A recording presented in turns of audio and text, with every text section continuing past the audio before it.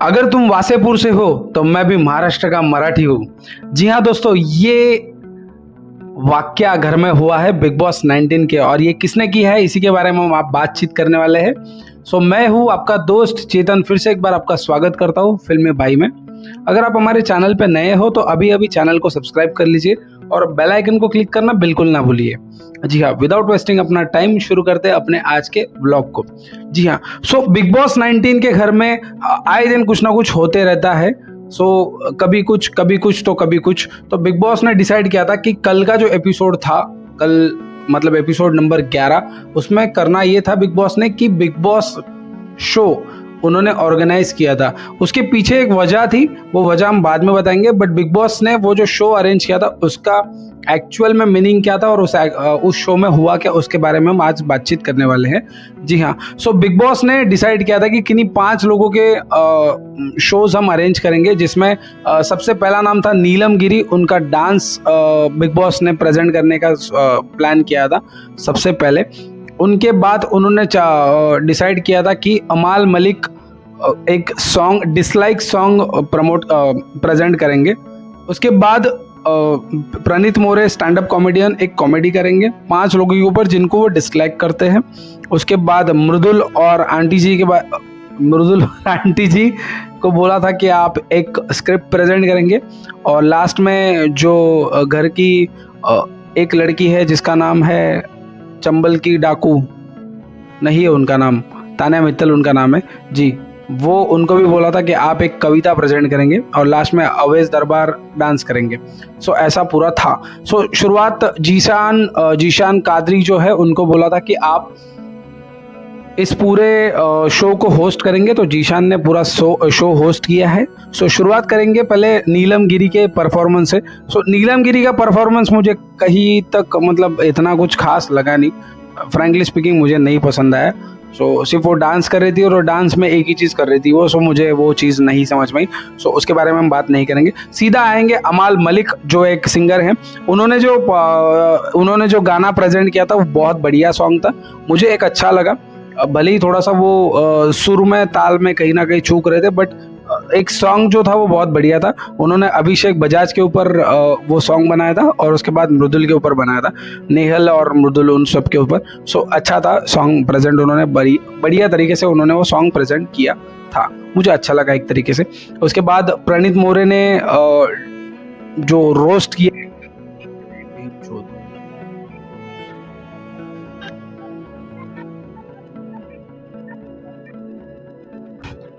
उसके बाद प्रणीत मोरे ने जो रोस्ट किया भाई साहब सबको, आय हाय हाय, मुझे तो मज़ा आ गया।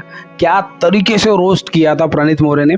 सबसे पहले उन्होंने जो रोस्टिंग के लिए चुना, उनका नाम था हमारी फेवरेट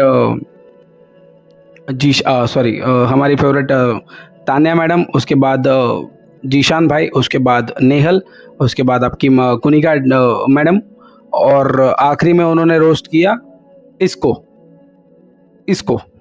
जी। तो उनका रोस्ट तो बहुत बढ़िया था।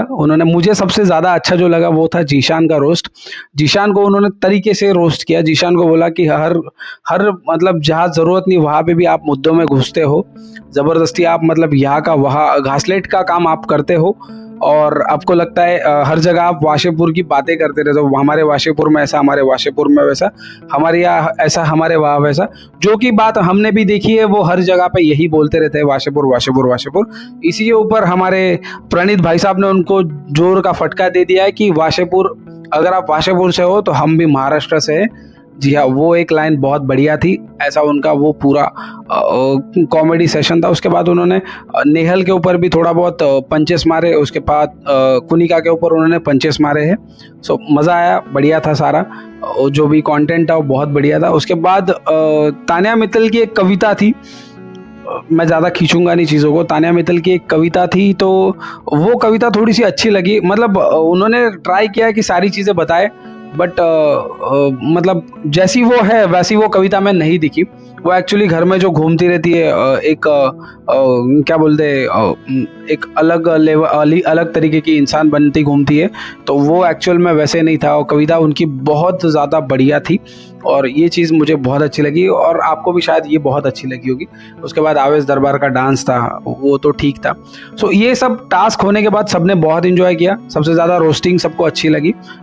मृदुल और आंटी जी का जो था वो कंटेंट मुझे नहीं समझ में आया, एकदम थोड़ा सा वो ओके ओके था, तो मज़ा नहीं आया उसमें। सो उसके बारे में भी कुछ ज़्यादा बात करने जैसा है नहीं, कंटेंट इतना कुछ खास था नहीं। मृदुल आता है वो आंटी के पास कि मुझे एक लड़की से प्यार हो गया है, वो फॉरेनर है, फिर नतालिया को लेके आता है। सो कुछ खास था नहीं उसमें, मज़ा बिल्कुल नहीं आया। ये सब होने के बाद फिर बिग बॉस ने सबको बाहर बुला लिया था, उस जो रूम था उससे बाहर बुला लिया था। सो उसके बाद बिग बॉस ने गौरव खन्ना को आवाज़ दी कि आप कन्फेशन रूम में आ जाइए। और कन्फेशन रूम में आने के बाद गौरव खन्ना को बोला गया कि इस पूरे शो के आप जज है, तो आपको मैं बताऊंगा नाम एक एक किरदार का जिसने आज परफॉर्म किया है, तो आप बताओगे कि ये पास हुआ है या फेल हुआ है। जी हाँ दोस्तों, सो एक एक करते गौरव को पूछा गया था कि कौन पास हुआ कौन फेल हुआ। सो गौरव ने अमाल मलिक, उसके बाद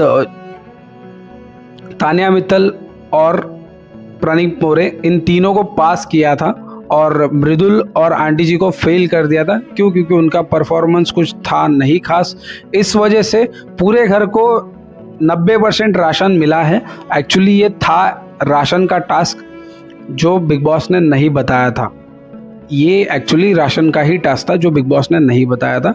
जी हाँ, सो इस वजह से बिग बॉस के घर को 10% राशन माइनस हुआ है, बाकी राशन उनके पास सबके पास आ चुका है। आज हमें देखने मिलने वाला है कि नया कैप्टन कौन होगा और कौन कैप्टनसी के रेस से बाहर हुआ है। इसके बारे में हम आपसे बात करेंगे, तब तक के लिए मैं आपकी विदा लेता हूँ। Thank you so much for watching फिल्मी भाई, लव यू ऑल, जय शिवराय।